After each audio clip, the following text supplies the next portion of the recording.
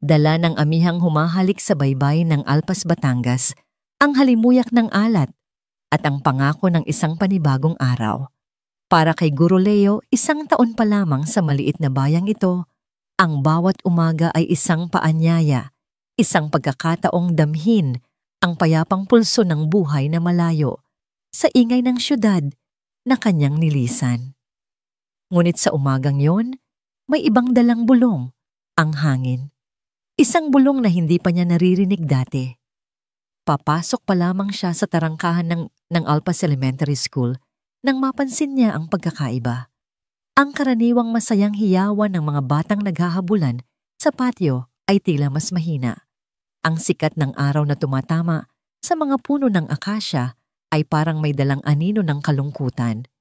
Iwinaksin niya ang isiping iyon. Marahil ay dala lamang ito ng kulang niyang tulog. Sa loob ng kanyang silid-aralan para sa grade 1, abala na ang lahat. May naglalabas ng kwaderno, may nagkukulayan, at may mga nagbubulungan tungkol sa kanilang mga alagang aso. Ngiti ang isinalubong ni Guro Leo sa kanila. "Magandang umaga mga anak." "Magandang umaga po, Guro Leo." Halos sabay-sabay nilang tugon. Isa-isa silang umupo sa kani-kanilang maliliit na silya. Ngunit sa gitna ng kaayusan, isang bata ang nanatiling nakatayo. Si Maya. Nakatayo siya sa tabi ng kanyang upuan, ang kanyang kulay rosas na bag ay nakasukbit pa rin sa likod. Ang kanyang mga mata, malalaki at madidilim, ay nakatitig sa sahig na semento na para bang merong isang bagay doon na tanging siya lamang ang nakakakita.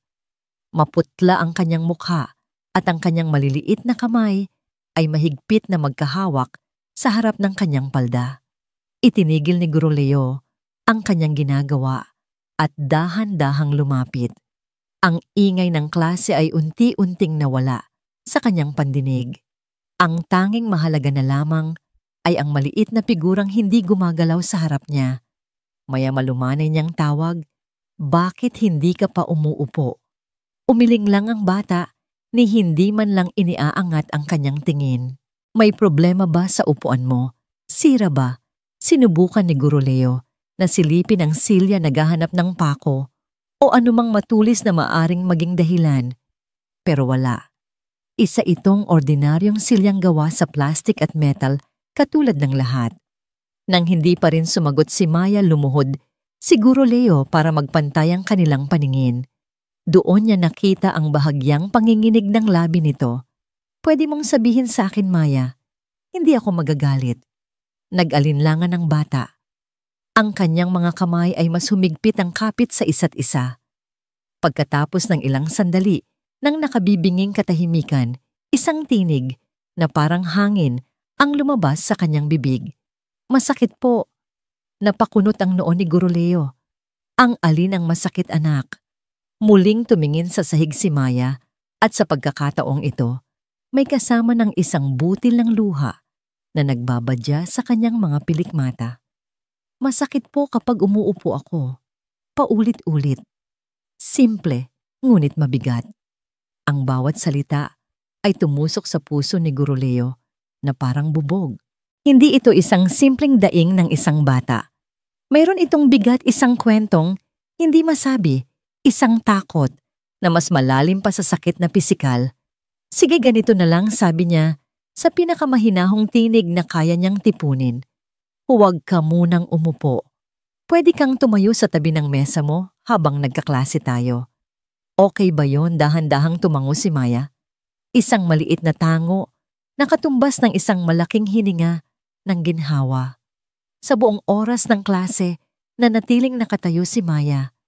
Habang ang mga kaklase niya ay abala sa pagsusulat sa kanilang mga desk, siya ay nakayuko sa kanyang mesa. Ang kanyang buhok ay tumatakip sa kanyang mukha. Sinubukan ni Guro Leo na gawing normal ang lahat, pero hindi niya maalis ang kanyang tingin sa bata. Ang bawat kilos nito, ang bawat saglit ng pananahimik ay parang isang sigaw na siya lang ang nakakarinig.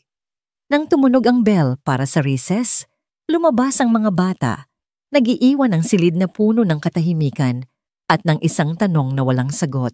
Nilapitan ni Leo ang mesa ni Maya. May isang papel doon na may kaunting guhit, hindi pa buo. Isang bahay, isang araw, at sa tabi nito ay isang maliit na figura na walang mukha. Hinaplos niya ang papel. Alam niya sa kaibuturan ng kanyang puso na ang sakit na sinasabi ni Maya ay hindi matatagpuan sa kanyang upuan.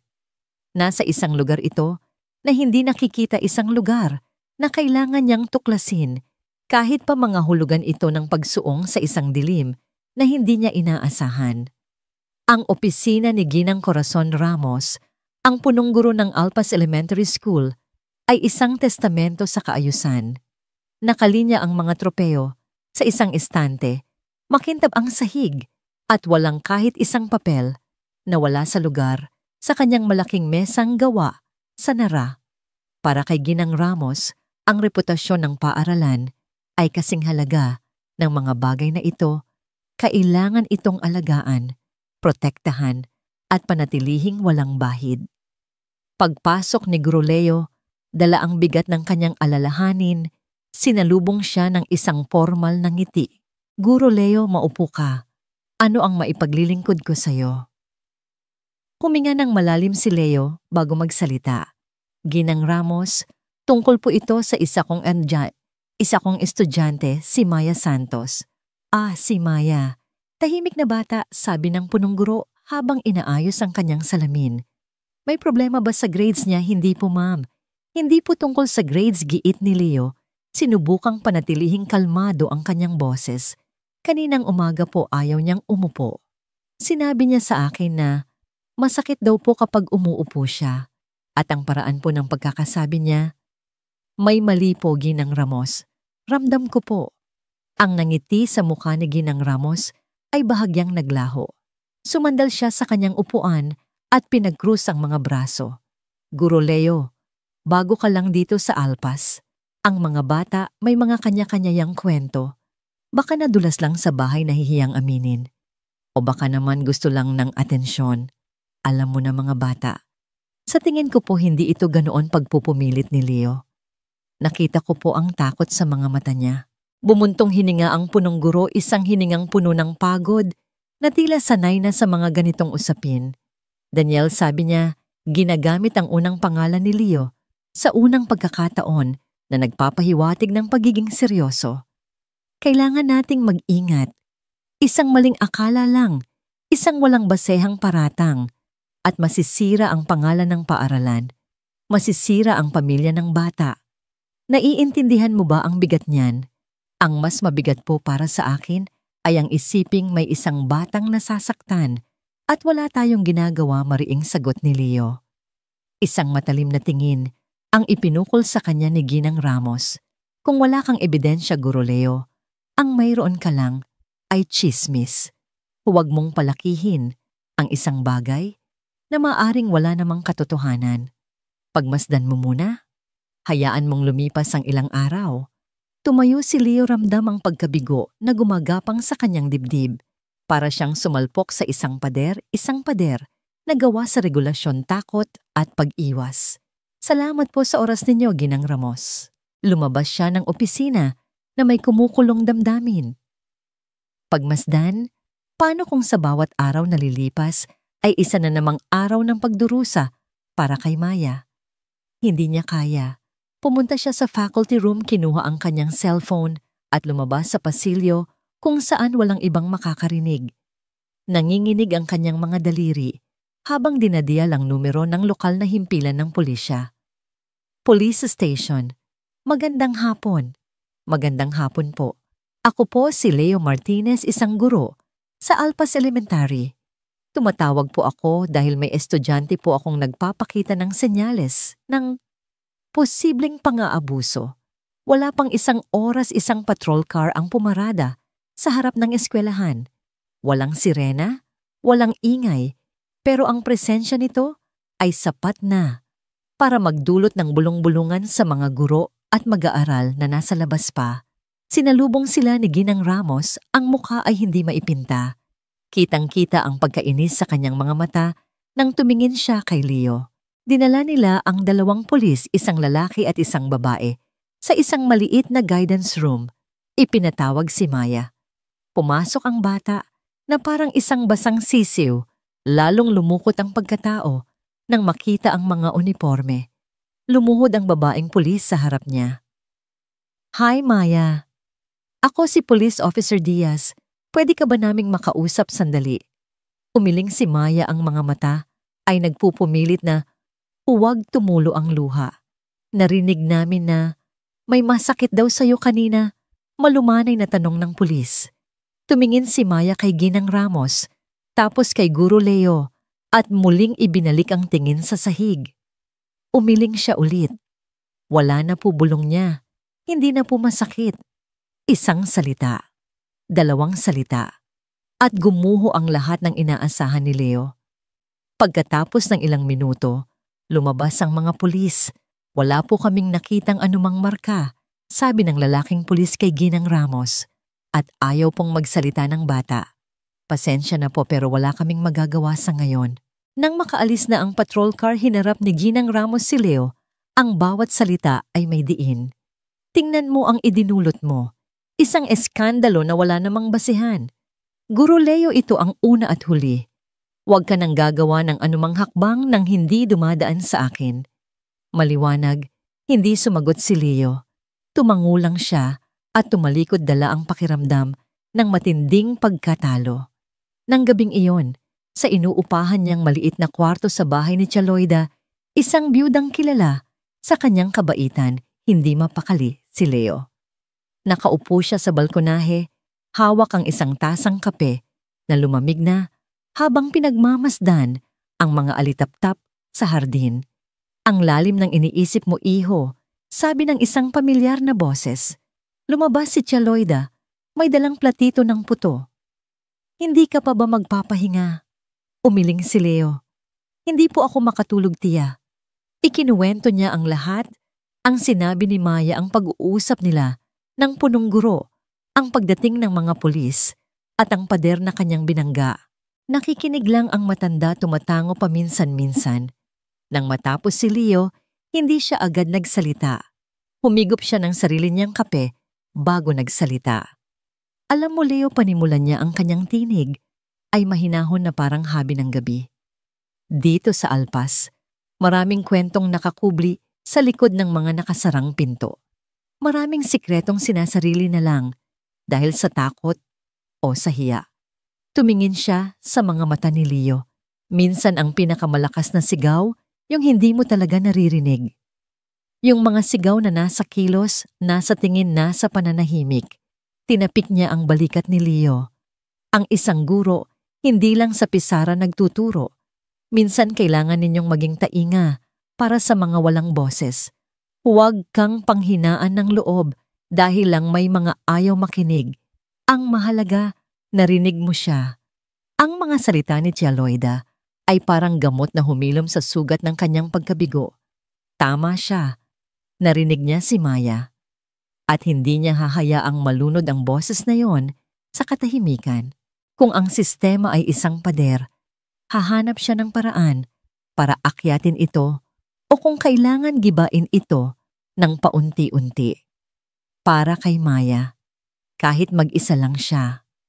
Kinabukasan pumasok si Guro Leo sa silid-aralan na may dalang pinaghalong bigat at determinasyon sa kanyang dibdib. Ang pag-uusap nila ni Tia Loida ay nag-iwan sa kanya ng bagong lakas, isang paalala na ang kanyang laban ay hindi lamang para sa isang estudyante, kundi para sa mismong kahulugan ng pagiging isang guro. Ang klase ay nagsimula tulad ng dati. Nagbasa sila ng alpabeto, nagbilang ng mga numero. Ngunit sa bawat sandali, ang mga mata ni Leo ay palihim na sumusuulyap kay Maya. Nakatayo pa rin ito sa tabi ng kanyang upuan, mas tahimik kaysa kahapon, na para bang ang pagbisita ng mga pulis ay lalo pang nagbaon sa kanya sa isang balon ng katahimikan. Ang presensya niya ay isang paalala, isang sugat na nakikita ni Leo na hindi pa naghihilom. Pagkatapos ng recess, oras na para sa kanilang klase sa sining. Ito ang paboritong bahagi ng araw ni Leo, kung saan ang mga bata ay malayang na ipapahayag ang kanilang sarili sa pamamagitan ng mga kulay at hugis. Inilabas niya ang mga malinis na papel at mga kahon ng Crayola. Sige mga anak, nakangiti niyang sabi, sinisikap na pagaanin ang kapaligiran. Para sa araw na ito, simple lang ang gagawin natin. Gusto kong iguhit ninyo ang paborito ninyong lugar sa loob ng inyong bahay. Pwedeng sa kusina, kung saan nagluluto si nanay sa sala, kung saan kayo nanonood ng TV o kahit sa hardin kung saan kayo naglalaro. Isang masayang ingay ang pumuno sa silid. Agad na dumampot ng Crayola ang mga bata. May gumuhit ng mahabang mesa na puno ng pagkain. May gumuhit ng malambot na sofa na may katabing telebisyon. May isa namang gumuhit ng kanyang kama na may kasamang alagang pusa. Ang bawat papel ay unti-unting napupuno ng mga imahe ng init, kaligayahan at seguridad. Maliban sa isa, sa kanyang sulok si Maya ay nakayuko sa kanyang papel. Mahigpit ang kanyang hawak sa isang itim na Crayola. Ang kanyang mga buto sa daliri ay namumuti sa diin. Walang sigla sa kanyang mga kilos, tanging isang matinding konsentrasyon na nakapokus sa papel na nasa harap niya.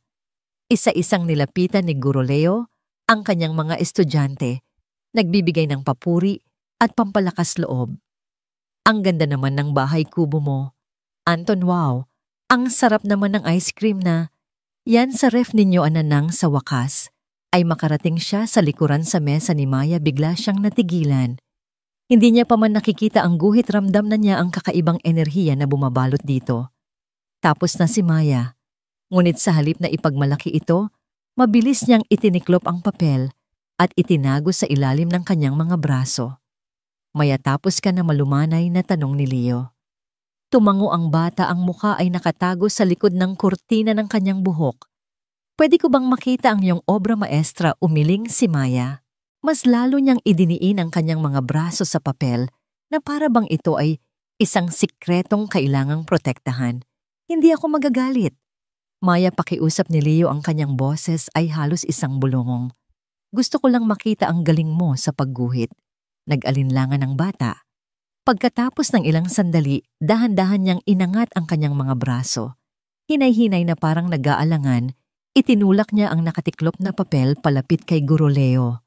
Kinuha ito ni Leo ng may pag-iingat. Bawat galaw ng kanyang kamay ay mabagal.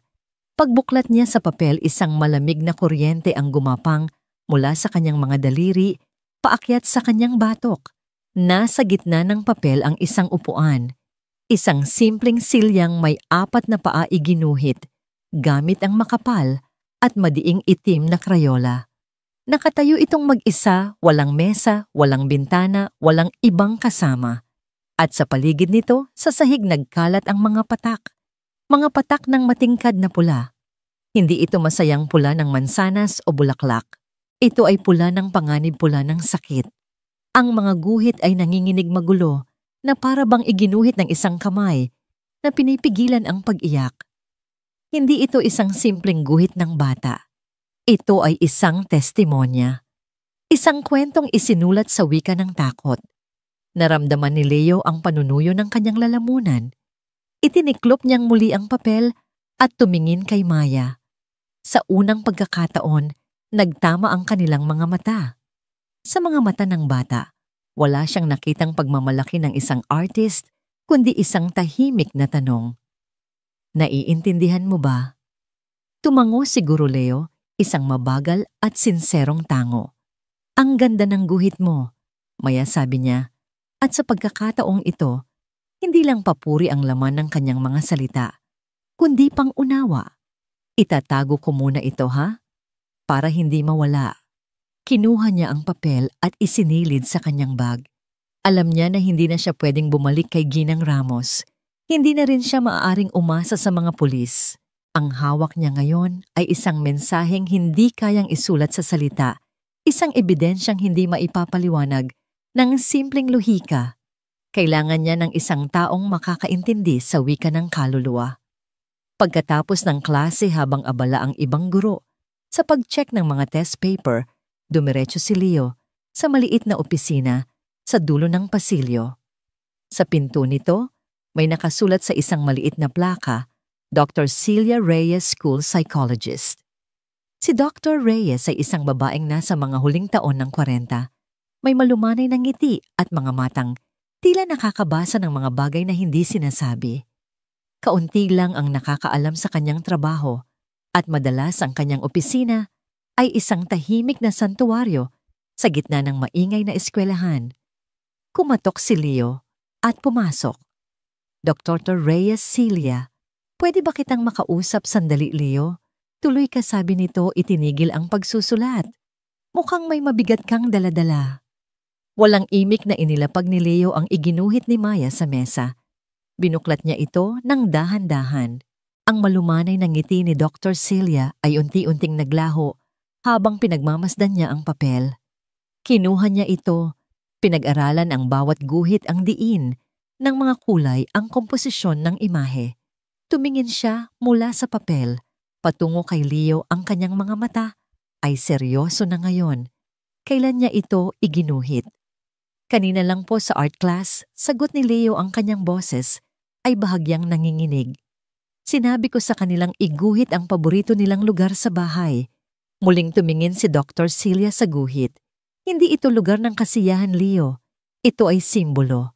Ang upuan, maaaring ito ang representasyon ng kaparusahan ng pag-upo sa isang sulok.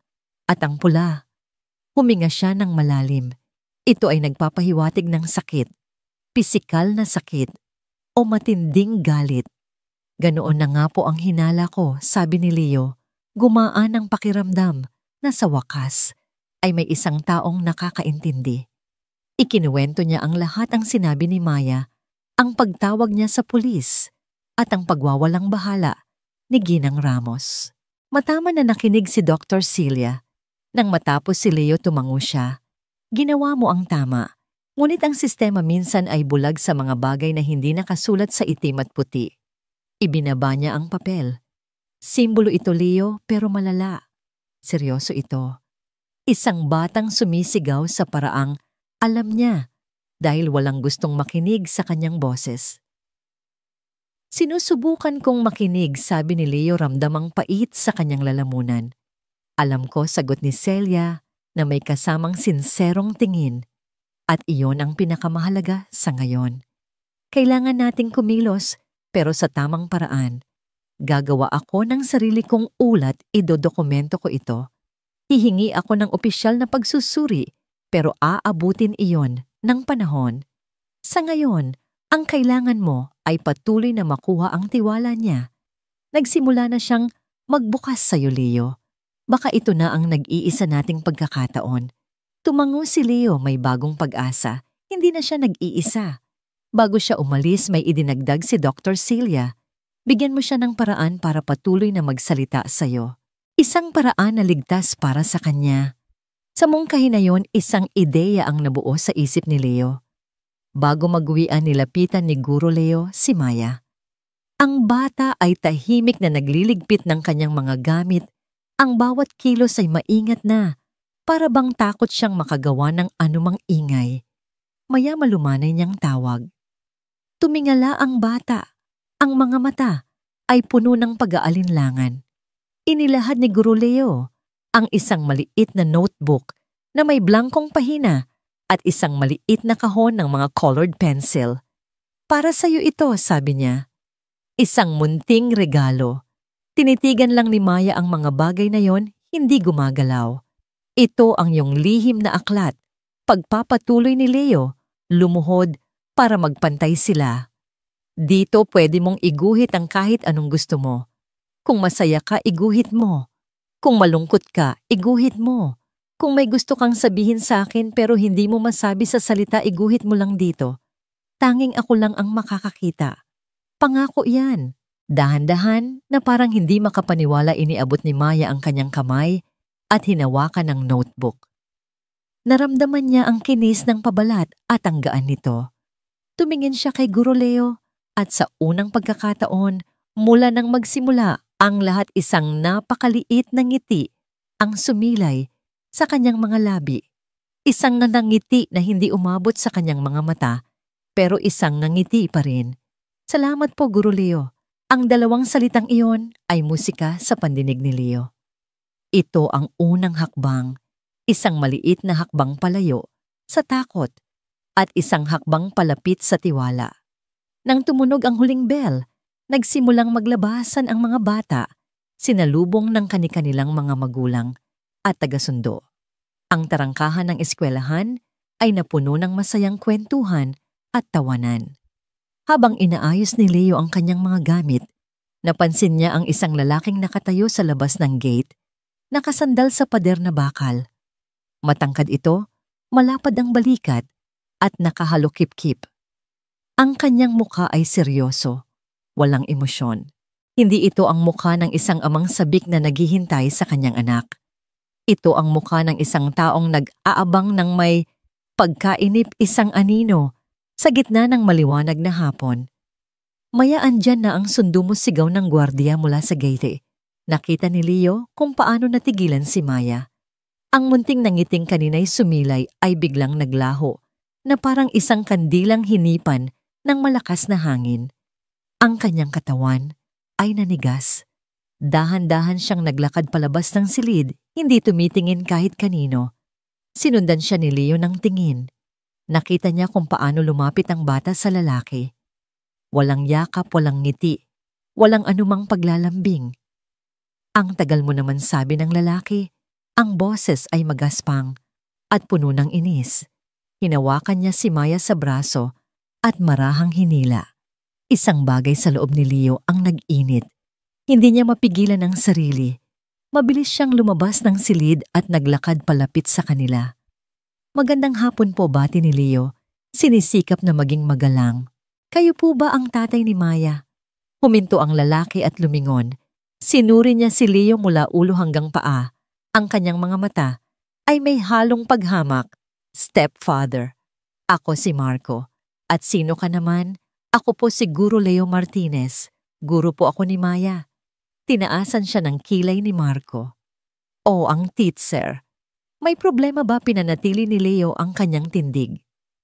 Wala naman po. Nais ko lang pong kumustahin si Maya.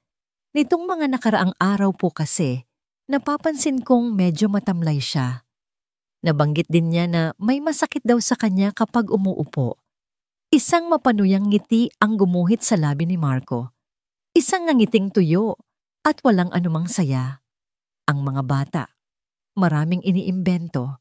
Ang trabaho mo ay turuan siyang magbasa, hindi makialam sa buhay ng iba. Naramdaman ni Leo ang pag-akyat ng dugo sa kanyang ulo, ngunit huminga siya ng malalim. Ginagawa ko lang po ang trabaho ko. At parte po ng trabaho ko ang siguruhing maayos ang kalagayan ng mga estudyante ko. Tinitigan siya ni Marco, nang ilang segundo pa isang tinging nagbabanta. Pagkatapos tumalikod ito, nang walang paalam, at muling hinila si Maya sa braso. Naglakad sila palayo, ang bata ay sunod-sunuran ng ulo, ay nakayuko na, para bang isang aninong walang sariling kalooban.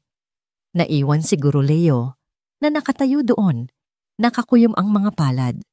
Habang pinagmamasdan niya ang papalayong figura ni Maya at ng lalaking iyon, alam niya na ang laban ay nagsisimula pa lamang. Ang halimaw na dati, ina sa isip niya lang, ay may pangalan at mukha na ngayon, at mas lalo siyang natakot para kay Maya. Ang gabi sa Alpas ay may dalang kapayapaan na hindi kailanman naramdaman ni Leo sa syudad. Ang tanging maririnig ay ang huni ng mga kuliglig at ang malayong alon na humahampas sa dalampasigan. Ngunit para kay Leo ang katahimikan ng gabing iyon ay nakakabingi.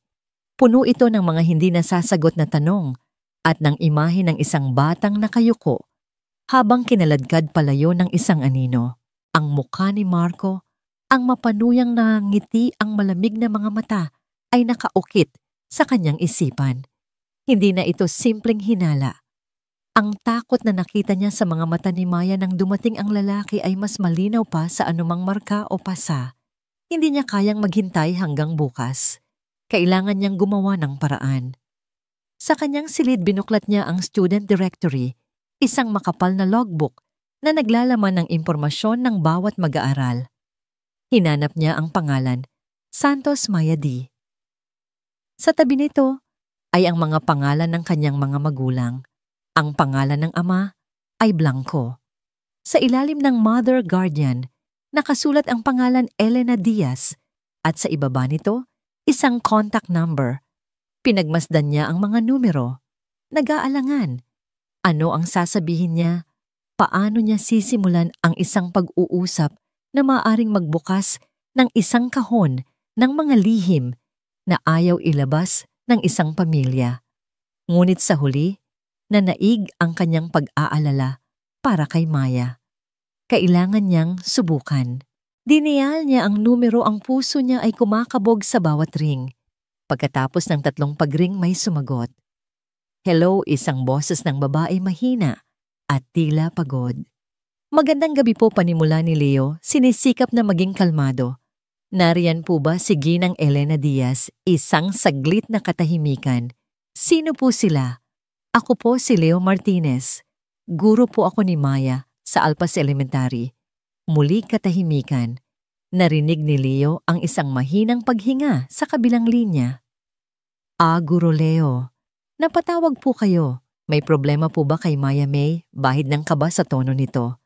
Wala naman pong malaking problema sa eskwelahan, sabi ni Leo, pinipili ng mabuti ang kanyang mga salita. Tumawag lang po ako para kumustahin si Maya. Nitong mga nakaraang araw po kasi, napapansin ko siyang matamlay. At nabanggit niya po sa akin na may masakit daw sa kanya. Naisip ko lang pong ipaalam sa inyo. Isang mahabang buntong hininga ang kanyang narinig. Ay guro, pasensya na po kayo. Si Maya po kasi masyadong sensitibo yan. Kaunting bagay lang talagang dinidibdib niya. Baka po nadulas lang yan o nag-inarte. Alam na niyo na po mga bata. Ang mga salita ay mabilis na para bang isang rehearsed na script. Hindi nagpatinag si Leo. Ginang Diaz, kanina po ay nakausap ko ang kasama ninyo sa bahay si Ginoong Marco. Ang pagbabago sa kabilang linya ay agaran. Ang paghinga ng babae ay tila pinigil. Oo, si Marco. Siya po ang sumundo kay Maya kanina. Napansin ko po kasing medyo natakot si Maya nang makita siya. At medyo naging tensyonado po ang aming pag-uusap nang itanong ko ang tungkol sa kalagayan niya, dagdag ni Leo. Sa kabilang banda ng kwarto sa maliit nilang bahay na amoy pintura at alak, si Elena ay nakaupo sa gilid ng kanyang kama, hawak ang cellphone na parang isang mainit na bakal. Mula sa sala, naririnig niya ang malakas na tunog ng telebisyon at ang paminsan-minsang pag-ubo ni Marco. Ang bawat salita ni Guro Leo ay tumatama sa kanya na parang isang sampal ng katotohanan na matagal na niyang sinusubukang iwasan. Alam niya. Siyempre, alam niya. Nakikita niya ang takot sa mga mata ng kanyang anak tuwing umuuwi si Marco na lango. Naririnig niya ang mga sigaw, ang mga pagbabanta. Nararamdaman niya ang malamig na takot na gumagapang sa buong bahay sa tuwing nagdidilim ang paningin nito dahil sa isang maliit na bagay, isang basong nabitawan, isang laruang naiwan sa sahig. Guro, pasensya na po talaga, sabi ni Elena. Ang boses niya ay nanginginig na ngayon, sinisikap na itago ito sa likod ng pekeng katatagan. Si Marco po kasi, medyo istrikto lang talaga yan. Pero para din naman yan sa ikabubuti ni Maya. Para matutong sumunod. Ganoon lang po talaga siya magdisiplina. Ang disiplina po ba ay dapat may kasamang takot? Mahinahong tanong ni Leo. Ang tanong na yon ay tumagos sa puso ni Elena. Hindi. Gusto niyang isigaw. Hindi. Gusto kong protektahan ang anak ko. Gusto kong tumakas. Pero ang mga salitang lumabas sa kanyang bibig ay iba. Salamat po sa pag-aalala ninyo, Guro Leo. Pero kaya po namin ito. Bagong lipat lang po kami dito. Baka naninibago lang si Maya. Sa eskwelahan, sa mga kalaro. Sa lahat. Bigyan lang po natin siya ng panahon. Sa sala, biglang tumahimik ang telebisyon. Sino yang kausap mo? Isang magaspang na boses ang sumigaw. Nanlaki ang mga mata ni Elena sa takot. Agad niyang ibinaba ang kanyang boses at nagmamadaling sinabi, Guro, kailangan ko na pong ibaba. Maraming salamat po ulit. Bago pa man makasagot si Leo ang tawag ay naputol na. Naiwan siyang hawak ang kanyang cellphone, nakikinig sa dial tone na parang isang huling habilin. Isinara niya ang kanyang mga mata. Ang dibdib ay masikip. Ang pag-uusap na yon ay hindi nagbigay sa kanya ng mga sagot. Sa halip binigyan siya nito ng mas malinaw na larawan, isang inang bilanggo sa sarili niyang tahanan, isang boses na gustong humingi ng tulong ngunit binusalan ng takot. Naintindihan niya na ngayon. Hindi niya maaaring asahan ang tulong mula sa ina. Dahil ang ina mismo ay nangangailangan din ng tulong. Pinatay niya ang ilaw sa kanyang kwarto, ngunit ang dilim sa labas ay hindi kayang pantayan ang dilim na nararamdaman niya para sa kinabukasan ni Maya. Kailangan niyang makahanap ng ibang paraan. Isang paraan na hindi naaasa sa mga salita, kundi sa katotohanang kailangan niyang makita gamit ang sarili niyang mga mata. Buong Biyernes pinakiramdaman ni Leo ang bawat kilos ni Maya. Nagbigay siya ng isang maikling pagsusulit at napansin niyang muli itong nanatiling nakatayo habang sumasagot. Ang notebook na ibinigay niya ay nanatiling blanko nakatago sa loob ng bag nito na para bang takot itong gamitin. Ang maliit na pag-asang naramdaman niya noong nakaraang araw ay unti-unting napapalitan ng pag-aalala. Ang pader sa pagitan nila ay muling tumaas mas mataas at mas matibay kaysa dati. Kinailangan niyang gumawa ng isang bagay na labas sa karaniwan. Isang bagay na hindi sakop ng mga alituntunin ng paaralan. Dumating ang Sabado, isang araw na karaniwang inilalaan ni Leo para magpahinga magbasa sa dalampasigan o tumulong sa hardin ni Tia Loida. Ngunit sa Sabadong yon, ang kanyang isip ay nasa ibang lugar. Ang address ni Maya mula sa student directory ay nakasulat sa isang maliit na papel sa kanyang bulsa. Nagsuot siya ng isang simpleng t-shirt at pantalon, sinubukang magmukhang hindi isang guro na nagsasagawa ng isang investigasyon, kundi isang ordinaryong taong napadaan lamang. Nagdala siya ng isang folder na may ilang mga papeles ng paaralan, isang props, kung sakaling may magtanong. Ang kanyang dahilan isang home visit, isang regular na programa para kumustahin ang pag-aaral ng mga bata. Ngunit alam niya sa kanyang sarili na ang hinahanap niya ay isang bagay na hindi matatagpuan sa mga grado o performance sa klase. Ang address ay nagturo sa kanya sa isang makipot na eskinita sa kabilang bahagi ng bayan, malayo sa mga resort at mga bahay na nakaharap sa dagat. Dito dikit-dikit ang mga bahay, ang iba ay yari sa kahoy, ang iba ay sa pinagtagpi-tagping yero. Amoy lupa at alikabok ang hangin. Hinanap niya ang numero ng bahay. Ito ay isang maliit na paupahan na kupas na ang pinturang berde. Isang kurtinang gawa sa sako ang nakatakip sa bintana at ang maliit na bakuran sa harap ay walang tanim, kundi ilang tuyot na damo. May nakasampay na mga damit panlalaki sa gilid at isang sirang upuang plastik ang nakatiwangwang malapit sa pinto. Ang lugar ay may aura ng pag-iisa at kapabayaan. Huminga ng malalim si Leo at pumalakpak ng 2 beses. Tao po, walang sumagot. Pumalakpak siyang muli, mas malakas. Tao po, magandang umaga. Pagkatapos ng ilang sandali, dahan-dahang bumukas ang pinto. Isang batang lalaki, marahil ay mga 10 taong gulang ang sumilip. Payat ito, magulo ang buhok at suot ang isang sando na masyadong malaki para sa kanya. Ang kanyang mga mata ay malalaki at maingat, katulad ng kay Maya. Ngumiti si Leo, sinubukang maging palakaibigan. Hello, ikaw ba ang kapatid ni Maya? Dahan-dahang tumango ang bata. Hindi inaalis ang tingin kay Leo. Opo, ako si Guro Leo, ang teacher ni Maya sa eskwelahan. Nandyan ba ang nanay mo? Gusto ko sana siyang makausap tungkol sa pag-aaral ni Maya. Umiling ang bata. Tulog po si nanay. Napatingin si Leo sa kanyang relo. Mag-aalas 11 na ng umaga. Sumilip siya sa siwang ng pinto. Madilim sa loob. Naaninag niya ang isang sirang sofa, isang mesa na may mga pinagkainang hindi pa nahuhugasan, at ang sahig na may mga mantsa. Walang mga laruan, walang mga libro, walang anumang bakas ng isang masayang kabataan. Ganoon ba, sabi ni Leo? Si Maya nandyan ba? Wala po sagot ng bata. Umalis sila ni Kuya Marco. Pumunta daw sa palengke. Ang pagbanggit sa pangalan ni Marco ay nagdulot ng bahagyang pagbabago sa ekspresyon ng bata, isang mabilis na pag-aalala na agad din niyang itinago. Ako nga pala si Ben, sabi ng bata, na para bang nga ngayon lang naalala ang magandang asal. Nice to meet you, Ben, nakangiting sabi ni Leo. Guro Leo ulit. Lumuhod siya para maging ka-level niya ang bata. Ben, pwede ba kitang tanungin? Ikaw hindi ka na ba nag-aaral? Nagkibit balikat si Ben, dati po. Pero tumigil muna.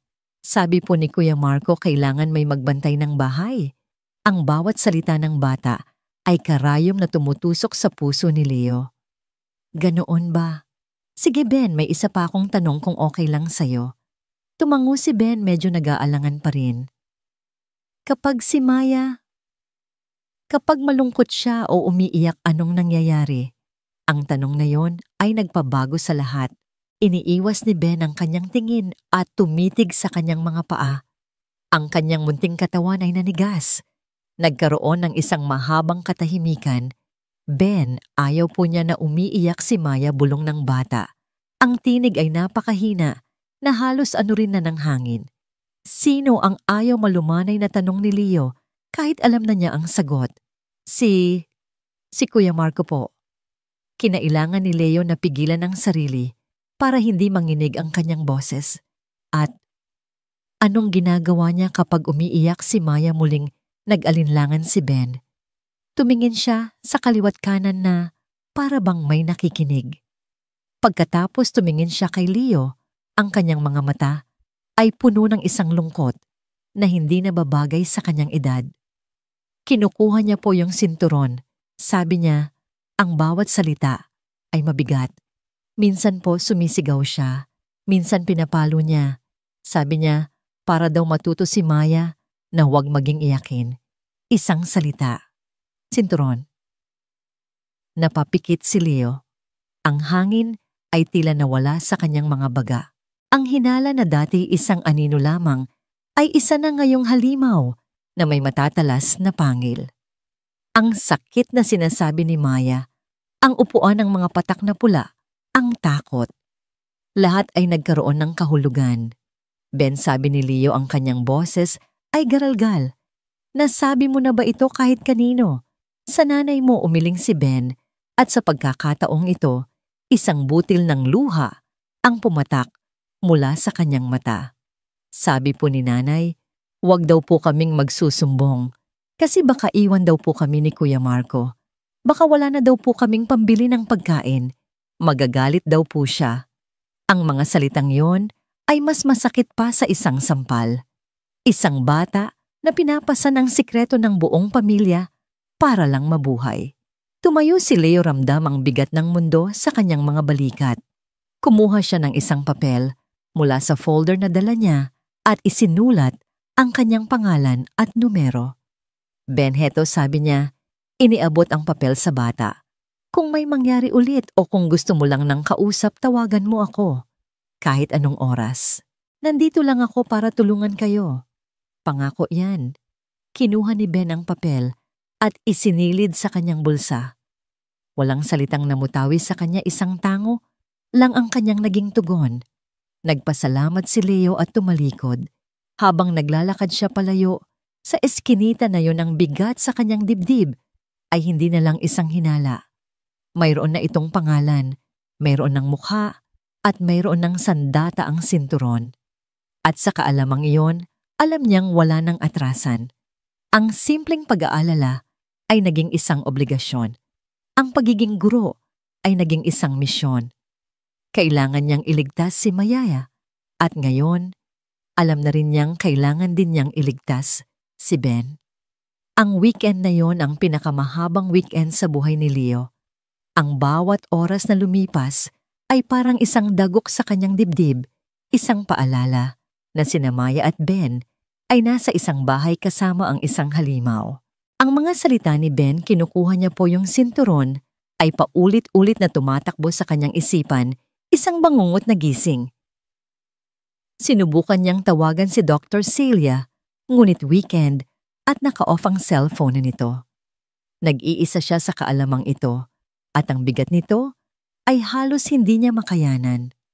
Pagsapit ng Lunes ng umaga, pumasok si Leo sa paaralan na may matigas na determinasyon. Tapos na ang pagmamasid. Tapos na ang pag-aalinlangan. Ngayon na ang araw ng pagkilos. Ang tanong na lang ay paano? Kailangan niya ng isang bagay na hindi maitatanggi, isang bagay na mas malakas pa sa salita ng isang bata, isang bagay na gigising kahit sa pinakabulag na sistema. Dumating ang mga estudyante isa-isa. Hinintay niya si Maya nang may kaba. Nang sa wakas ay pumasok ito sa pinto, halos hindi siya huminga. May iba kay Maya sa araw na yon. Suot niya ang kanyang uniforme, ngunit meron siyang suot na isang lumang kulay ube na cardigan sa kabila ng init ng panahon na nagsisimula ng tumagos kahit sa mga pader ng silid-aralan. Naglalakad siya ng mas mabagal kaysa karaniwan. Ang bawat hakbang ay maingat na parabang naglalakad siya sa ibabaw ng mga bubog. Ang kanyang mukha ay mas maputla at may maitim na bilog sa ilalim ng kanyang mga mata. Hindi na siya nanatiling nakatayo. Sa halip umupo siya, ngunit sa pinakadulo lamang ng upuan, ang kanyang likod ay tuwid na tuwid, hindi nakasandal, na parabang ang pagsandal ay magdudulot ng matinding sakit. Pinilit ni Leo na maging normal ang takbo ng klase. Nagsulat siya sa pisara, nagtanong ng mga tanong, ngunit ang buong atensyon niya ay nakatuon sa maliit na figura sa likuran. Nang mag-umpisa ang group activity, tinawag niya ang grupo ni Maya sa harap para magpresenta. Isa-isang tumayo ang mga kagrupo nito, ngunit si Maya ay nanatili sa kanyang upuan na kayuko. Maya kayo na malumanay na, sabi ni Leo. Tumingala ang bata at sa kanyang mga mata, nakita ni Leo ang isang bagong uri ng takot, isang takot na may kasamang sakit. Umiling ito ng bahagya. Hindi ka makatayo, tanong ni Leo. Umiling ulit ito. Ang puso ni Leo ay nagsimulang tumibok ng mas mabilis. Sige, okay lang. Diyan ka na lang. Nang mag-recess habang ang ibang mga bata ay nagtatakbuhan, palabas nakita ni Leo si Maya na dahan-dahang tumatayo, kumakapit sa kanyang desk. Inayos nito ang kanyang cardigan na bahagyang nahulog.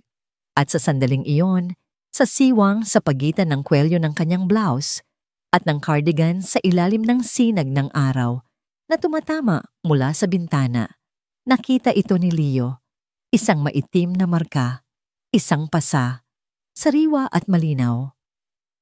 Iyon na, ang ebidensyang hinihintay niya, ang katotohanang hindi na maitatago ng anumang damit o katahimikan.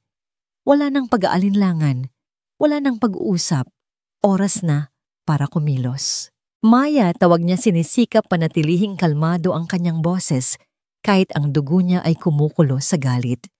Halika sandali. May ipapakita lang ako sa iyo sa klinik.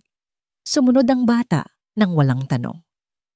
Dinala niya ito hindi sa klinik kundi sa opisina ni Dr. Celia Reyes. Nagkataong naroon ang psychologist nag-aayos ng ilang papeles. Isang tingin pa lang ni Celia sa mukha ni Leo, alam na niyang may nangyari. Celia, kailangan ko ng tulong mo, sabi ni Leo. Ang kanyang boses ay mahigpit. Ikinumpas niya si Maya. Pakitingnan mo ang likod niya. Isinara ni Celia ang pinto. Lumuhod siya sa harap ni Maya, ang kanyang mukha ay puno ng pag-aalala. Maya-mahal, sabi niya sa pinakamalumanay na tinig. Okay lang ba? Kung tingnan namin sandali ang likod mo. May masakit ba? Tumango si Maya, ang mga luha ay nagsisimula ng mamuo sa kanyang mga mata. Dahan-dahan tinulungan ni Celia na hubarin ang cardigan ng bata. Pagkatapos, maingat niyang itinaas ang laylayan ng uniforme nito. Pareho silang napasinghap. Ang maliit na likod ni Maya ay puno ng mga latay. mahahaba at mapupulang guhit na nagsisimula ng magkulay ube. Ang ilan ay bago pa, ang iba ay tila ilang araw na. Ito ang mapa ng kanyang pagdurusa. Ang malinaw at hindi maitatangging resulta ng isang sinturon. Diyos ko, bulong ni Celia ang kanyang mga mata ay nanlalaki sa gulat at galit. Tumingin siya kay Leo. Tumawag ka na. Ngayon na. Hindi na nag-aksaya ng panahon si Leo. Kinuha niya ang telepono sa mesa ni Celia at dinial ang numero. Police Station. Mula ito sa Alpas Elementary, sabi ni Leo ang kanyang boses ay matatag at puno ng awtoridad. Pangalan ko ay Leo Martinez. Hinihiling kong magpadala kayo ng patrol car dito. Agad-agad. Sir, tungkol po saan ito, tanong ng operator? Tungkol ito sa estudyanteng si Maya Santos, ang batang tinawagan na namin dati. Ngayon, meron na kaming pisikal na ebidensya ng pang-aabuso. Mga marka sa kanyang katawan, kumpirmado ng school psychologist. Hindi na ito isang hinala. Ito ay isang emergency. Sa pagkakataong ito, walang pag-aalinlangan sa kabilang linya. Papunta na kami. Pagkababa ng telepono, sunod niyang tinawagan ang lokal na opisina ng Department of Social Welfare and Development DSWD, ibinigay ang parehong impormasyon habang naghihintay sila niyakap ni Celia si Maya na ngayon ay tahimik nang umiiyak sa kanyang balikat. Shhh! Tapos na, mahal. Ligtas ka na ngayon. Tapos na. Nang dumating ang patrol car kasama ang isang social worker mula sa DSWD, iba na ang lahat. Walang nang tanong-tanong, walang nang pagdududa. Ang parehong mga pulis na dumating noong una ang naroon. Nang makita ng babaeng pulis, ang mga marka sa likod ni Maya ang kanyang mukha, ay nagpakita ng pagsisisi at galit. Tumingin siya kay Leo. Sana naniwala kami sa inyo noon pa man. Isinagawa nila ang protokol. Kinuha ang testimonya ni Leo at ni Celia. Maingat na kinunan ng litrato ang mga pasa ni Maya. Ang social worker, isang babaeng nagngangalang Jenges Santos, ang kumausap kay Maya ng may pag-iingat at pag-unawa. Ang desisyon ay mabilis, kailangang dalhin si Maya sa isang medical examination at pagkatapos ay sa isang pansamantalang tirahan para sa kanyang kaligtasan. Habang inaalalayan nila si Maya palabas ng paaralan, nakatayo si Ginang Ramos sa may pinto ng kanyang opisina, ang mukha ay maputla. Walang sinabi si Leo sa kanya. Isang tingin lang ang ipinukol niya, isang tinging puno ng panunumbat at tagumpay. Nang pasakay na si Maya sa sasakyan ng DSWD, lumingon ito at hinanap si Guro Leo. Lumapit si Leo at lumuhod sa harap niya. Saan po ako pupunta, tanong ng bata. Ang boses ay puno ng takot sa hindi alam. Hinawakan ni Leo ang kanyang maliliit na kamay. Pupunta ka sa isang ligtas na lugar, Maya. Isang lugar kung saan walang mananakit sa'yo. Pangako, dadalawin kita. Hindi kita pababayaan. Tumango si Maya at sumakay sa sasakyan. Habang pinagmamasdan ni Leo ang pag-alis nito, isang pakiramdam nang ginhawa ang bumalot sa kanya. Ngunit sa ilalim nito, mayroon pa ring kaba. Ito ay isang malaking hakbang, ngunit alam niyang ang laban ay hindi pa tapos. Nagsisimula pa lamang ito. Ang Bahay Pag-asa, ang sentro ng DSWD, kung saan dinala si Maya ay isang malinis at maayos na gusali na napapalibutan ng isang mataas na bakod. Mayroon itong maliit na hardin at palaruan. Sa teorya ito ay isang ligtas na lugar. Ngunit para sa isang 6 na taong gulang na bata na biglang inalis mula sa lahat ng kanyang kakilala, ito ay isang dayuhang mundo, isang kulungan na may magagandang pader. Ligtas siya mula sa pisikal na sakit, ngunit isang bagong uri ng sakit ang nagsimulang gumapang sa kanyang puso. Ang sakit ng pag-iisa. Kinabukasan dumating ang balita na sumabog na parang isang bomba. Sinubukan ng mga pulis at social worker na puntahan ang bahay ni Maya para kausapin si Elena at arestuhin si Marco. Ngunit wala silang naabutan. Ang bahay ay nakakandado. Walang tao. Ayon sa isang kapitbahay, nakita niyang umalis si Elena at Marco noong gabi ring iyon may dalang ilang mga bag. Walang nakakaalam kung saan sila nagpunta. Nang malaman ni Leo ang balita mula kay Dr. Celia, para siyang binuhusan ng malamig na tubig. Tumakas sila, hindi niya makapaniwalang tanong. Mukhang ganoon na nga sagot ni Celia, sa kabilang linya ang kanyang boses ay pagod. At mas masama pa, Leo. Kinuha rin nila si Ben. Kung mayroon mang natitirang lakas si Leo, tila nawala ito lahat sa sandaling iyon. Si Ben, ang batang nagbigay sa kanya ng huling piraso ng katotohanan. Ngayon, kasama na rin ito sa panganib. Ang balitang ito ay dahan-dahang ipinaalam kay Maya ng kanyang social worker. Maya, ang nanay mo at si Kuya Marco.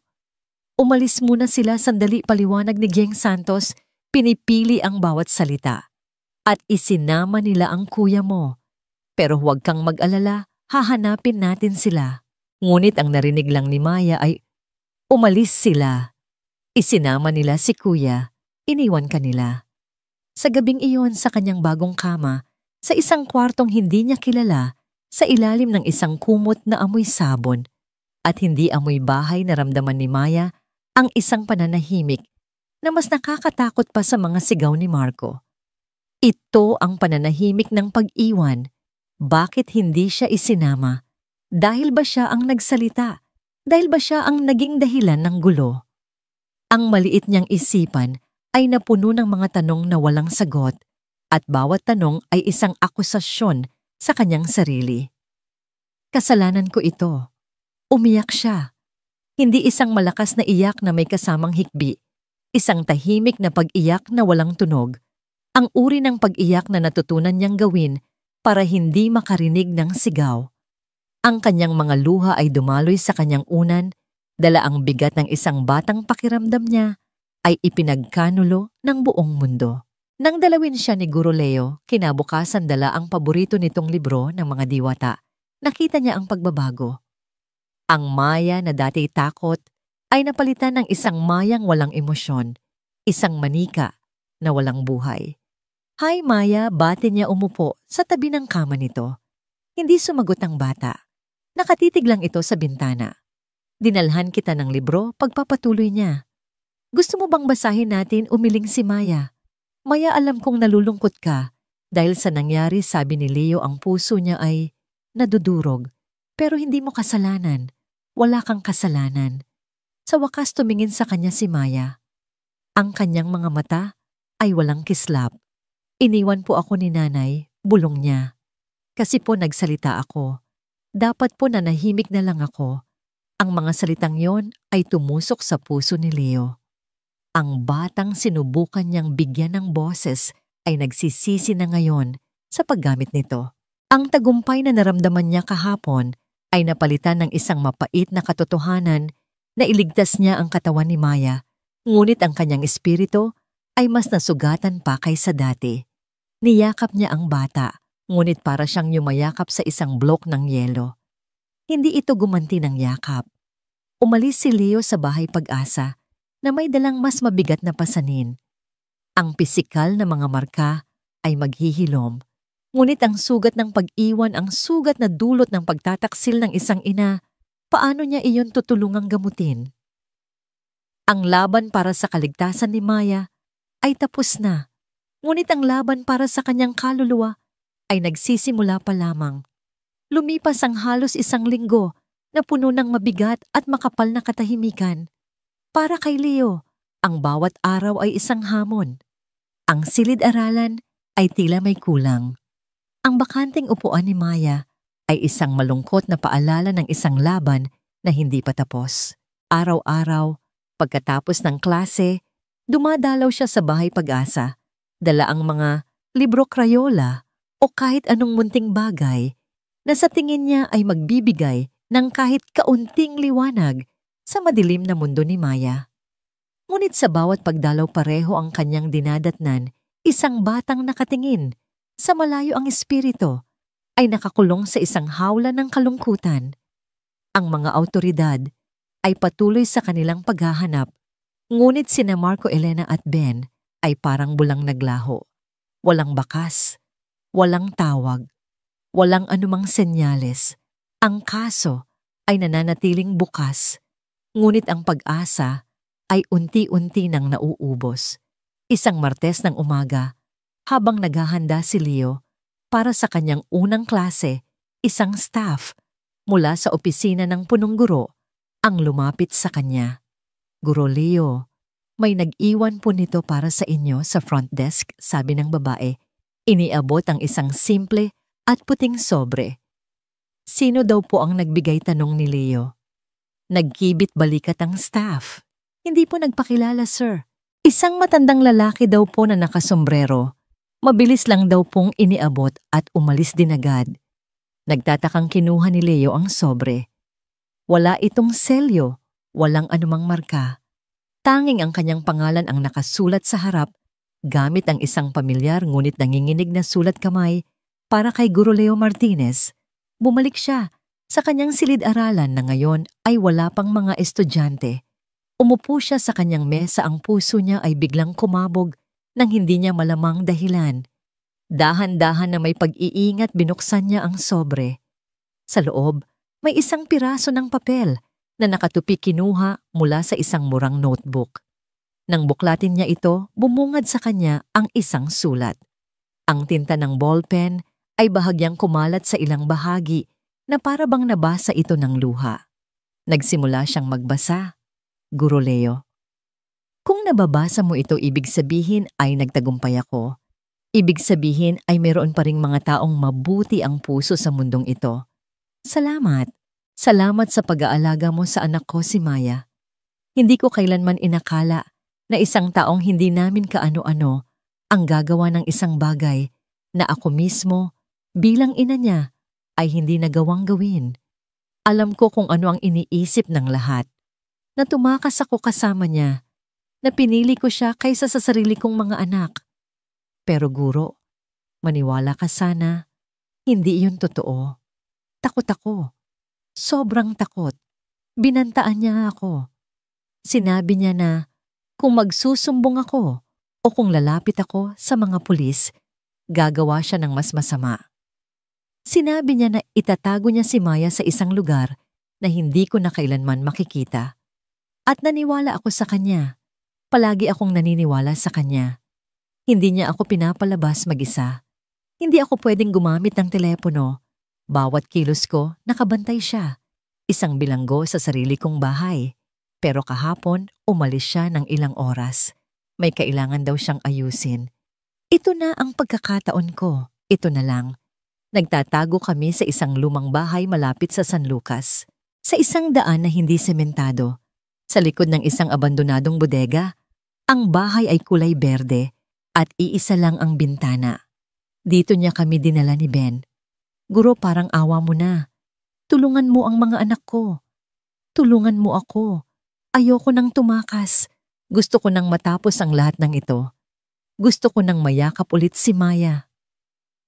Elena, binasa ni Leo ang sulat ng 2 beses.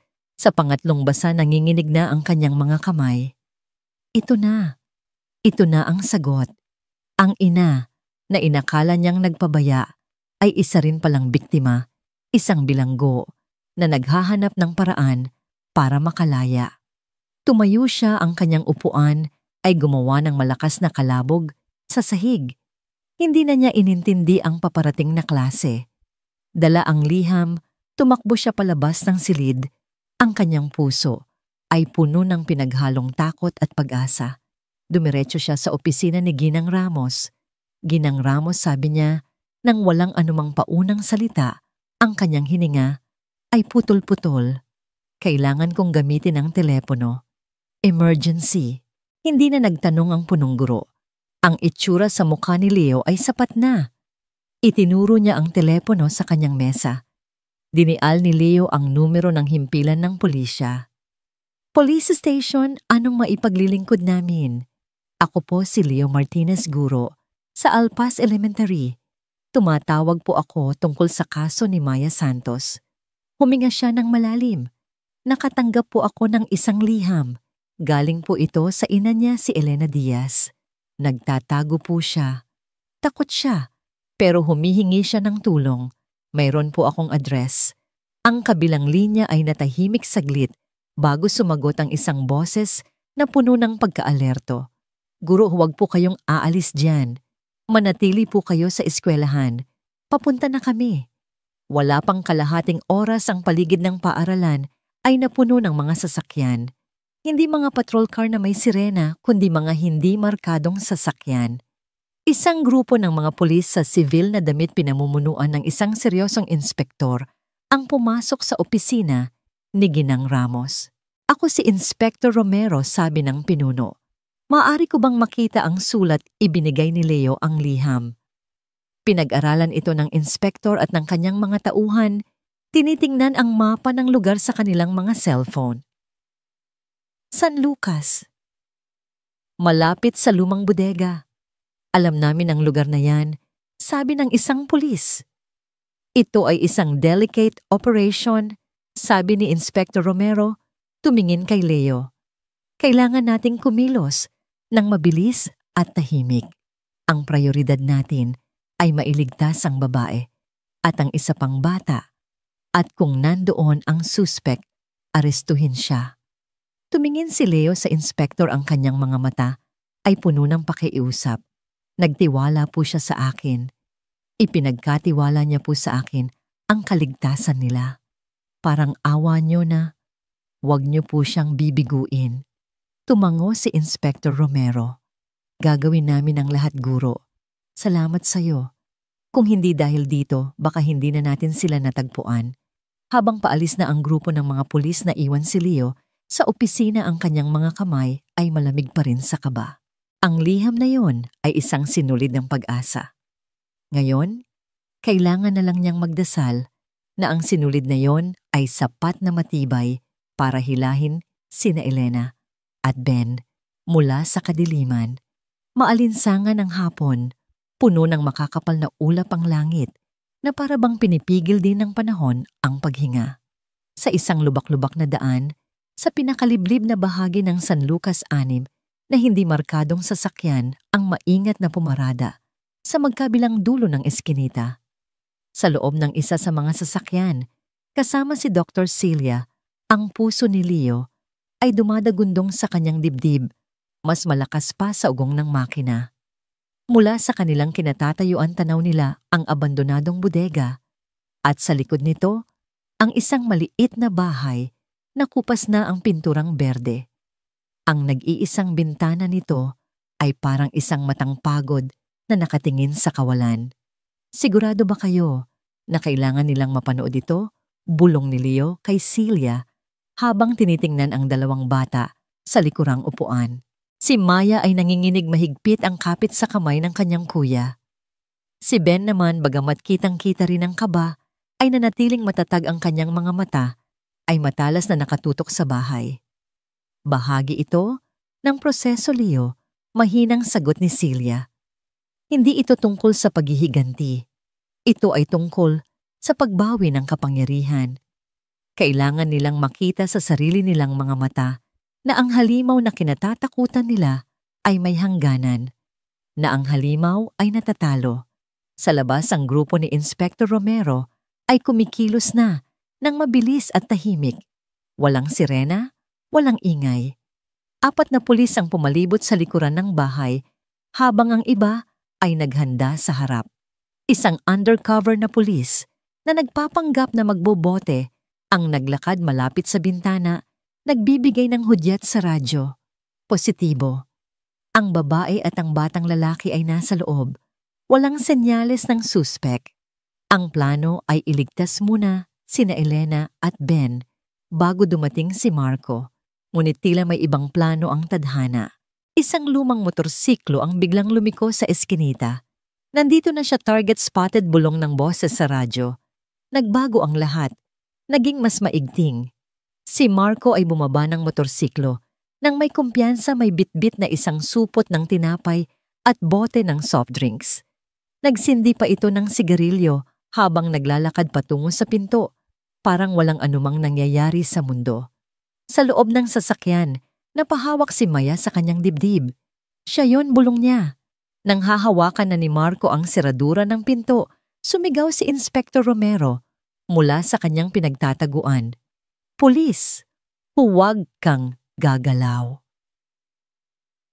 Ang reaksyon ni Marco ay mabilis. Sa isang iglap ibinato niya ang kanyang daladala at sinubukang tumakbo sa likuran. Ngunit doon, sinalubong na siya ng mga pulis na nag-aabang. Lumingon siyang muli sa harap desperado, ngunit napalibutan na siya. "Wala kang matatakbuhan. Marco, sumuko ka na." Pero hindi siya sumuko.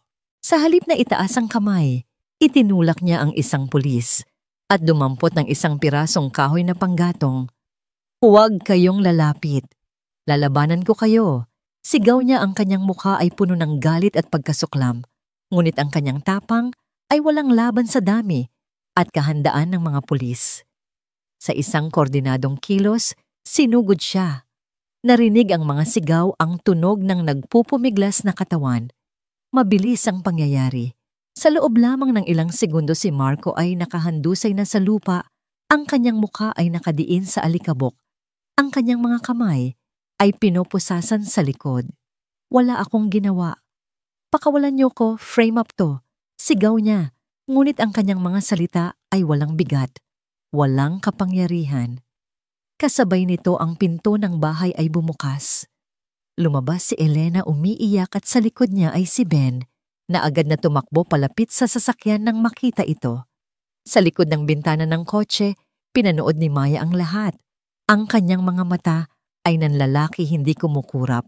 Nakita niya ang lalaking kinatakutan niya, ang lalaking nagdulot sa kanya ng sakit at bangungot, na ngayon ay nakadapa sa lupa talunan at walang magawa. Ang halimaw ay naging isang ordinaryong tao. Habang isinasakay si Marco sa patrol car, lumabas si Leo ng sasakyan at lumuhod sa harap ng nakabukas na bintana. "Nakita mo yon, Maya?" tanong niya. Ang kanyang boses ay nanginginig sa emosyon. Siya yon. At ngayon, hindi ka na niya sasaktan pa. Hinding-hindi na. Hindi nagsalita si Maya. Ang kanyang katawan na kanina ay naninigas sa takot ay unti-unting lumambot. Tumingin siya kay Guro Leo. Ang kanyang mga mata ay nagsisimula ng mamasa. "Lalayo na po ba siya sa amin?" Habang buhay, tanong niya sa isang napakahinang tinig. Hinawakan ni Leo ang kanyang kamay. "Oo, Maya. At kahit pa makalaya siya balang araw, hinding-hindi ka na mag-iisa. Pangako yan." At sa sandaling iyon, ang dam, na matagal nang pumipigil sa kanyang mga luha, ay gumuho. Umiyak siya. Umiyak siya ng walang tigil. Ngunit sa pagkakataong ito, iba ang kanyang pag-iyak. Hindi ito dahil sa sakit o takot, kundi dahil sa wakas, tapos na ang lahat. Humigbi siya sa balikat ng kanyang Kuya Ben, na ngayon ay umiiyak na rin habang mahigpit siyang niyayakap. Ilang oras ang lumipas. Pabalik sa bahay Pag-asa, matapos ang maikling ngunit emosyonal na pagkikita nilang mag-iina.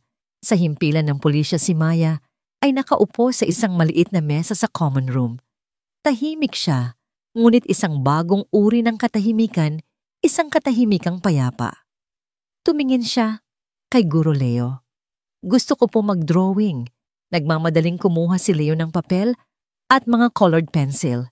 Ibinigay niya ito sa bata. Sa loob ng ilang minuto, gumuhit si Maya. Nang matapos siya, ipinakita niya ito kay Leo. Hindi na ito isang upuan. Hindi na ito isang madilim na silid na may mga patak ng pula. Ang kanyang iginuhit ay isang simpleng bahay sa ilalim ng isang malaking maningning na araw. Sa labas ng bahay may dalawang bata, isang lalaki at isang babae, na magkahawak kamay. At sa tabi nila, may isang mas malaking figura, isang lalaki, na may ngiti sa labi. Tumingin si Maya sa kanyang guhit at pagkatapos ay kay Guro Leo. At sa unang pagkakataon, isang tunay na ngiti ang sumilay sa kanyang mga labi. Isang tahimik na ngiti na nagsasabing mas maliwanag na ang bukas. Lumipas ang mga buwan. Ang mainit na sikat ng araw ng tag-araw ay napalitan ng malumanay na simoy ng hangin na hudyat ng pagpasok ng bagong school year. Para sa karamihan ito ay isa lamang pagbabago ng panahon, ngunit para kay Maya, ito ay isang bagong kabanata ng buhay. Ang kaso laban kay Marco ay mabilis na umusad. Ang testimonya ni Elena, ang mga medical record, ang mga larawan, ang iginuhit ni Maya, at ang salaysay ni Guro Leo ay bumuo ng isang kasong matibay at hindi matitinag. Si Marco ay napatunayang nagkasala at sinentensiyahan ng mahabang taon ng pagkakakulong. Isang permanenteng restraining order din ang ipinataw na tinitiyak na hindi na siya kailanman makakalapit pa kina Maya at sa kanyang pamilya. Si Elena, sa tulong ng DSD at ni Dr. Celia, ay nagsimula sa kanyang sariling mahabang proseso ng paghilom. Dumaan siya sa counseling na tutong tumayo sa sarili niyang mga paa at dahan-dahang sinimulang buuin muli ang nasirang tiwala ng kanyang mga anak. Ang daan ay hindi madali. May mga araw ng pagdududa at pagsisisi, ngunit sa ilalim ng maingat na pangangasiwa, ang kanilang ugnayan bilang isang pamilya ay unti-unting nabubuo tulad ng isang nabasag na banga na pinagdudugtong muli, piraso bawat piraso. Sa wakas, dumating ang araw na pinakahihintay ng lahat. Ang unang araw ng pasukan. Nakatayo si Maya sa tapat ng tarangkahan ng Alpas Elementary School. Malinis ang kanyang uniforme, maayos ang kanyang 2 tirintas sa buhok, at magaan ang kanyang bagong backpack sa kanyang likod. Sa tabi niya si Ben na ngayon ay babalik na rin sa pag-aaral sa grade 5, ay bahagyang tinapik ang kanyang balikat. Kaya mo yan, bulong nito. Mula sa di kalayuan pinagmamasdan sila ng kanilang ina na si Elena, kasama ang isang social worker. Hindi siya lumapit.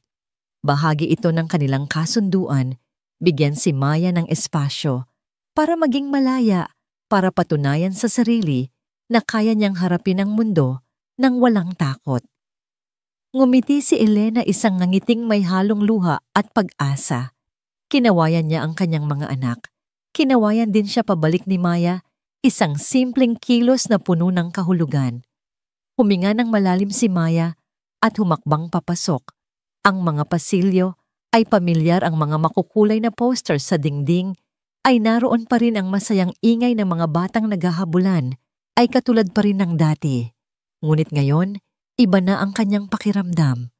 Ang bigat sa kanyang dibdib na dati niyang pinapasan ay wala na. Naglalakad siya ng tuwid ang ulo. Pagpasok niya sa kanyang dating silid-aralan, ang grade 1 classroom ni Guro Leo, napatingin sa kanya ang ilan sa kanyang mga dating kaklase. May bumati, may ngumiti. Lumakad siya sa pagitan ng mga hanay ng mga mesa at upuan, ang bawat hakbang ay matatag. Sa harap sa tabi ng pisara, nakatayo si Guro Leo. Ang puso niya ay parang sasabog sa halo-halong emosyon, tuwa, pagmamalaki at isang matinding pakiramdam ng pasasalamat. Pinanood niya ang bawat galaw ni Maya. Huminto ang bata sa harap ng kanyang dating pwesto.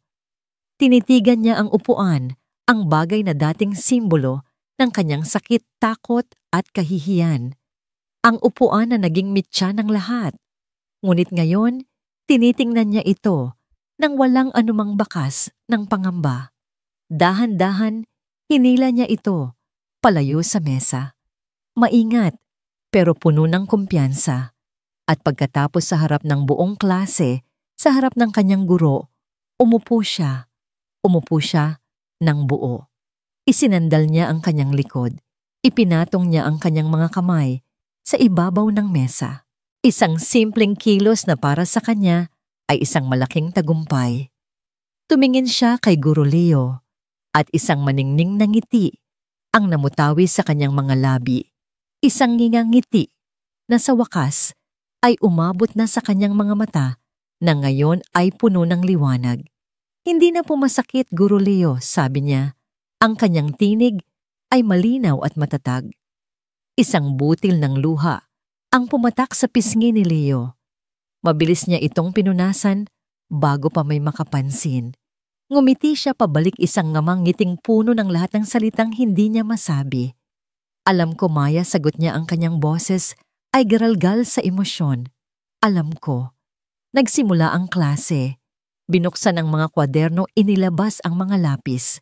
Ang silid ay napuno ng mga boses ng mga batang natututong magbasa, magsulat at umiral. Ngunit sa isang sulok ng silid-aralan na iyon, may isang bagay na mas mahalaga ang nangyari. Isang kaluluwa ang natutong muling umupo sa kapayapaan. Nang araw na yon sa art class, ang iginuhit ni Maya ay hindi na isang bahay o mga taong walang mukha. Iginuhit niya ang isang malawak na dalampasigan, isang asul na dagat, at isang kawan ng mga ibon na malayang lumilipad patungo sa pagsikat ng araw. Sa pagtatapos ng araw, habang nag-iisa na lamang si Guro Leo, sa silid nililinis ang mga kalat, huminto siya sa tapat ng upuan ni Maya. Hinaplos niya ang sandalan nito, isang ordinaryong upuan na naging saksi sa isang pambihirang kwento ng katapangan at pag-asa. Ang bawat bata ay karapat-dapat na umupo ng payapa, bulong niya sa kanyang sarili. Binura niya ang pisara, pinatay ang ilaw at isinara ang pinto. Habang naglalakad siya palabas ng paaralan sa ilalim ng ginintuang kulay ng papalubog na araw, ang kanyang puso ay magaan. Alam niyang ang batang iyon, ang munting si Maya, na dati takot, kahit sa sarili niyang anino, ay handa nang lumipad. At sa wakas, siya rin ay payapa na. Ang kapayapaan ay may sariling tunog sa alpas. Ito ang ugong ng mga alon, sa malayo ang kaluskos ng mga dahon ng akasya, sa ihip ng hangin at ang masayang tawanan ng mga bata sa oras ng recess. Para kay Maya ang mga tunog na ito ay nagsisimula ng maging pamilyar muli. Ang bawat araw na lumilipas ay isang hakbang palayo sa dilim.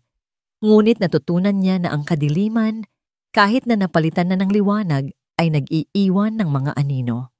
Isang hapon, habang naglalaro sila ng habulan sa malawak na patio ng eskwelahan, isang malakas na sigaw ang umalingaw-ngaw.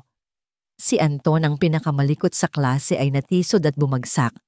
Ang sigaw niya ay hindi sigaw ng galit, kundi sigaw ng pagkagulat at kaunting sakit.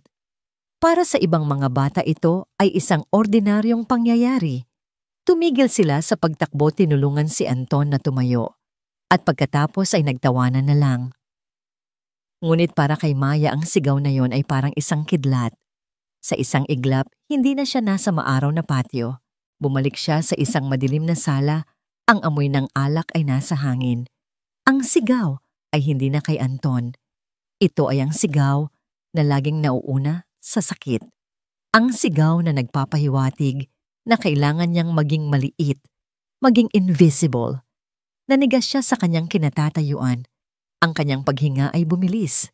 Ang mga kamay niya ay nagsimulang manginig.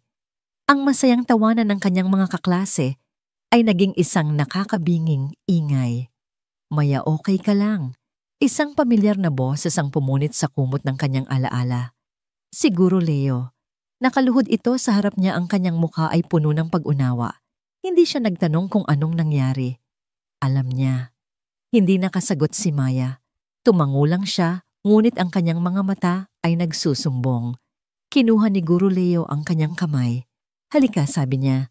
Magpahangin muna tayo. Dinala niya si Maya sa tahimik na hardin sa likod ng library, malayo sa ingay. Umupo sila sa isang bangkong kahoy sa ilalim ng puno ng mangga.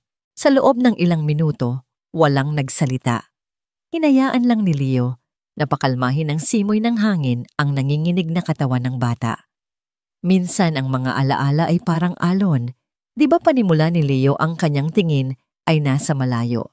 Kahit payapa na ang dagat, bigla na lang may darating na isang malaking alon. Nakakagulat, nakakatakot. Tumingin si Maya sa kanya. Pero alam mo kung ano ang maganda sa mga alon, pagpapatuloy niya. Lagi silang bumabalik sa dalampasigan. Hindi sila nananatili. Aalis din sila. Inilabas ni Leo mula sa kanyang bulsa ang isang maliit na bagay, isang makinis at puting bato na marahil ay napulot niya sa dalampasigan. Ito, sabi niya, inilagay ang bato sa palad ni Maya. Hawakan mo ito tuwing darating ang malaking alon. Ipaalala nito sa'yo na nakatayo ka sa lupa, na ligtas ka, na ang alon ay aalis din. Pinisila ni Maya ang bato. Ang lamig at bigat nito ay parang isang angkla, isang bagay na totoo sa gitna ng naguguluhang damdamin. Nang gabing iyon, sa unang pagkakataon, sa loob ng maraming linggo, binuksan ni Maya ang lihim na aklat na ibinigay sa kanya ni Guro Leo. Hindi na niya kailangan pang iguhit ang takot. Sa halip, iginuhit niya ang sarili niya, nakatayo sa dalampasigan. At sa kamay niya, hawak niya ang isang maliit na puting bato. Sa itaas niya, iginuhit niya ang isang malaking araw. Hindi ito nangangahulugan na hindi na babalik ang mga alon. Alam niyang babalik pa ang mga ito. Ngunit ngayon, alam na rin niya na hindi siya matatangay. Dahil ngayon, mayroon na siyang hawak na bato. At natutunan na niya kung paano huminga habang hinihintay itong bumalik sa dalampasigan. Sa kabilang banda, nagsimula na rin ang proseso ng paghilom para kay Ginang Ramos. Ang insidente ni Maya ay isang sampal na gumising sa kanya mula sa mahabang pagkakatulog sa ilalim ng kumot ng burokrasya. Hindi na niya kayang tingnan ang kanyang mga estudyante sa parehong paraan.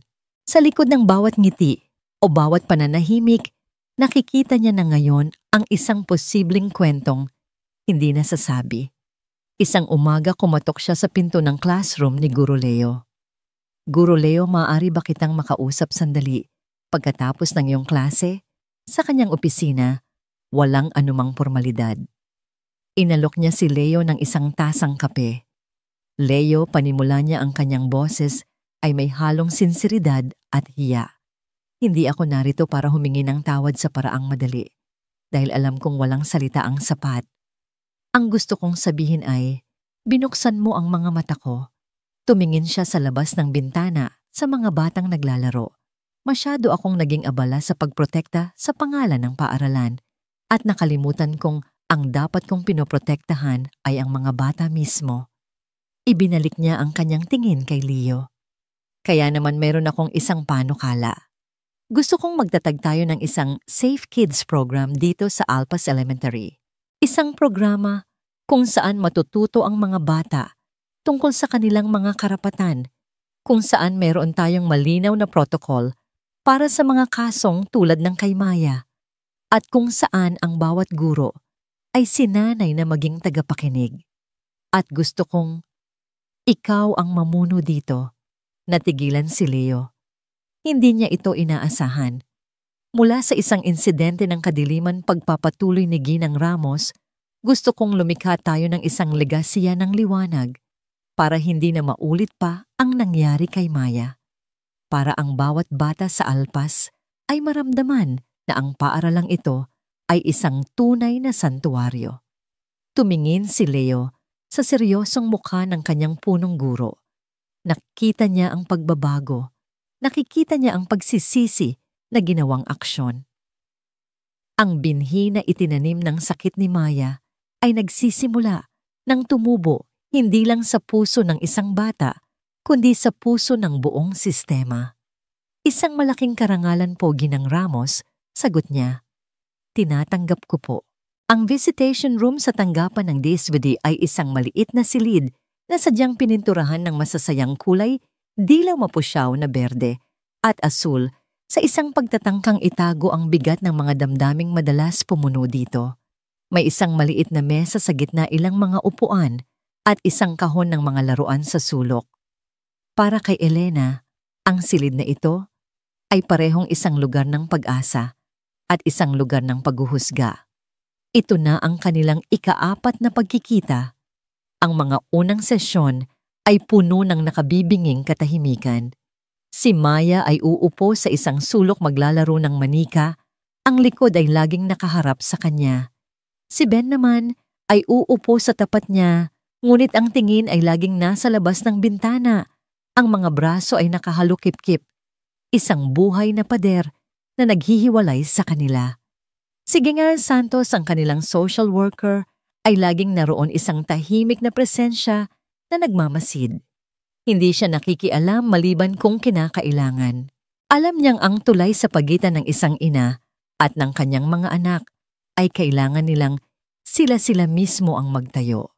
Sa araw na yon, Nagdala si Elena ng isang bayong ng mga paborito nilang prutas, manggasaging at pinya.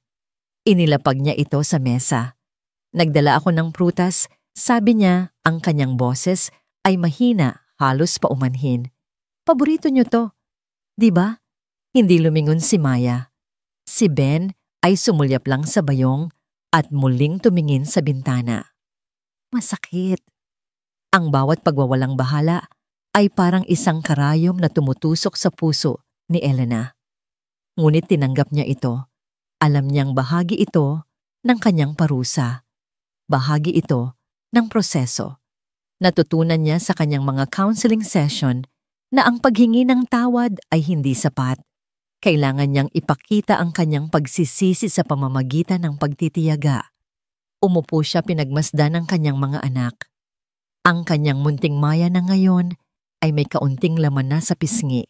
At ang kanyang panganay na si Ben na tila tumangkad ng ilang pulgada sa loob lamang ng ilang buwan, ang kanyang mukha ay nawawalan na ng pagkabata at napapalitan ng isang seryosong anyo. Ben, malumanay niyang tawag.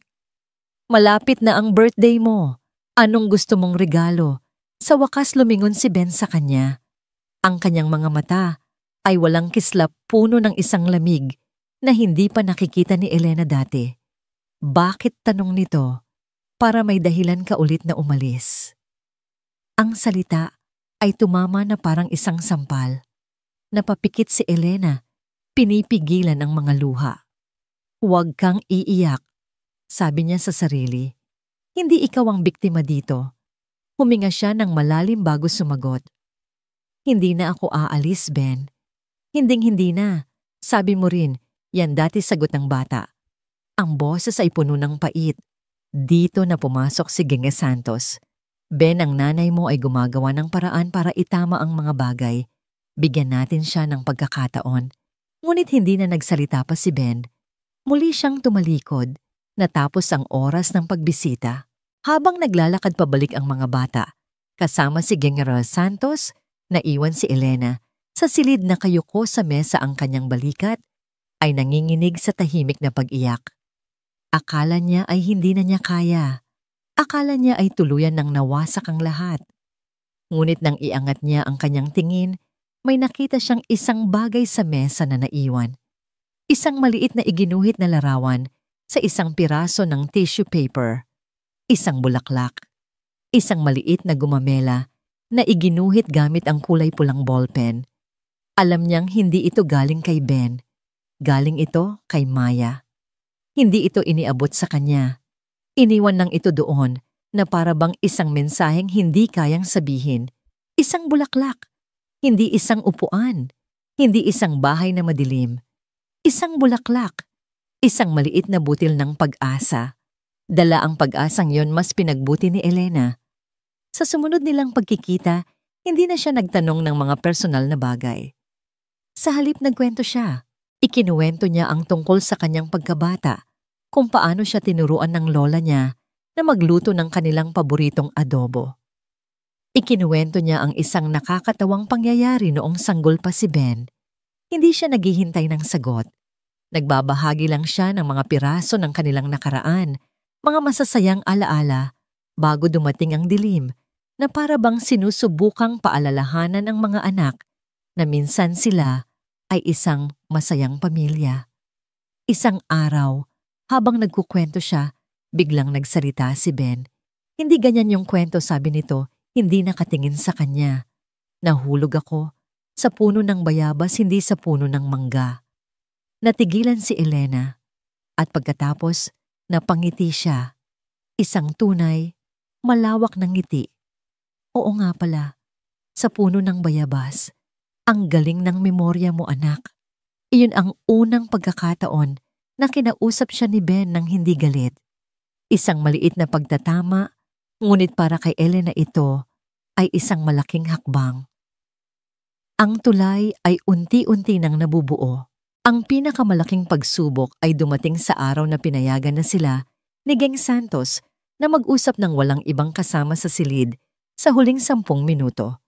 Umupo si Elena sa tapat ng kanyang 2 anak. Si Maya ay nakatingin na sa kanya ngayon, ang kanyang mga mata ay puno ng pag-usisa. Si Ben ay nakatingin sa sahig ngunit nakikinig. Maya, Ben, panimula ni Elena, ang kanyang boses ay nanginginig. Alam kong paulit-ulit ko nang sinasabi ito, pero kailangan niyo itong marinig mula sa akin, mula sa puso ko. Huminga siya ng malalim. Patawarin niyo ako. Patawarin niyo ako dahil hindi ko kayo naprotektahan. Patawarin niyo ako dahil pinili ko ang manahimik dahil sa takot. Dapat naging mas matapang ako. Dapat kayo ang pinili ko. Walang araw na hindi ko pinagsisisihan yon. At habang buhay kong dadalin ang pagsisising yon. Tumingin siya sa mga mata ni Ben. At Ben, anak, patawarin mo ako sa pasanin na ibinigay ko sa iyo. Hindi mo responsibilidad na itago ang aming mga sikreto. Hindi mo responsibilidad na maging matanda agad. Pagkatapos ay tumingin siya kay Maya. At sa'yo, aking munting Maya. Patawarin mo ako sa bawat sakit na naramdaman mo na dapat ay ako ang sumalo. Walang kapantay ang pagmamahal ko sa inyo. At ipinapangako ko mula sa araw na ito, gagawin ko ang lahat para patunayan sa inyo na karapat-dapat ako na maging ina niyo ulit. Hindi sila sumagot. Ngunit sa pagkakataong yon, tumayo si Maya, lumapit sa kanyang ina, at iniabot ang isang bagay. Isang papel mula sa kanyang lihim na aklat. Sa papel, nakaguhit ang 3 tao na magkahawak kamay. Isang babae, isang batang lalaki, at isang batang babae. Sa itaas nila, may isang bahaghari. Kinuha ni Elena ang papel, at sa wakas, ang mga luhang matagal na niyang pinipigilan ay bumuhos. Niyakap niya si Maya, at sa unang pagkakataon, gumanti ito ng yakap. Pagkatapos ng ilang sandali, tumayo rin si Ben at dahan-dahang inilagay ang kanyang kamay sa likod ng kanyang kapatid. Ang tulay ay nakatayo na. Marupok pa ngunit nakatayo na. At sa kabilang dulo nito, nakikita na nila ang liwanag. Ang huling araw ng pasukan, bago ang Christmas break, ay palaging espesyal sa Alpas Elementary School. Ang simoy ng hangin ay may dalang lamig at pananabik, at ang buong paaralan ay pinalamutian ng mga parol na gawa sa papel at mga kumukutitap na ilaw. Sa taong yon, may idinagdag na bagong tradisyon, ang Parada ng Pag-asa, isang inisyatibo sa ilalim ng bagong tatag na Safe Kids Program. Ang bawat klase ay gumawa ng isang malaking parol na sumisimbolo sa kanilang mga pangarap. Ang parol ng klase ni Guro Leo ay kakaiba. Hindi ito hugis bituin. Ito ay hugis isang malaking nakangiting araw. Sa gitna nito, nakadikit ang iba't ibang mga guhit ng mga bata, mga bahay pamilya, mga alagang hayop at mga bulaklak, habang naghahanda ang lahat para sa parada. Tahimik na nakaupo si Maya sa kanyang upuan, abala sa pagdaragdag ng huling detalye sa isa sa mga sinag ng araw, isang guhit ng 2 batang magkahawak kamay na nakatingin sa dagat. Payapa ang kanyang muka, ang kanyang mga kilos ay puno ng tiwala sa sarili. Ang dating anino ng takot sa kanyang mga mata ay tuluyan ng napalitan ng isang banayad na kislap. Sa kabilang banda ng silid, nag-uusap sina Guro Leo at Ginang Ramos, pinaplano ang ruta ng parada. Ang kanilang samahan na nagsimula sa tensyon at hindi pagkakasundo ay naging isang matatag na partnership na may iisang layunin. Salamat dito, Leo, sabi ni Ginang Ramos habang pinagmamasdan ang masasayang bata. Binigyan mo ng bagong puso ang paaralang ito. Hindi po ako nakangiting, sagot ni Leo. Ang mga bata po ang nagbigay nito.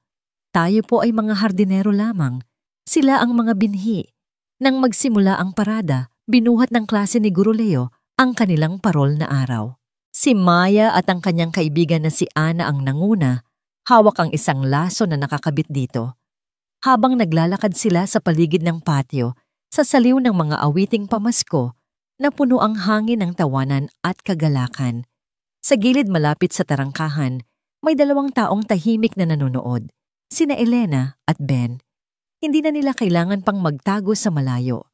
Sa ilalim ng isang bagong court order, pinayagan na si Elena na magkaroon ng mas maluwag na kustodya, isang patunay ng kanyang malaking pagbabago.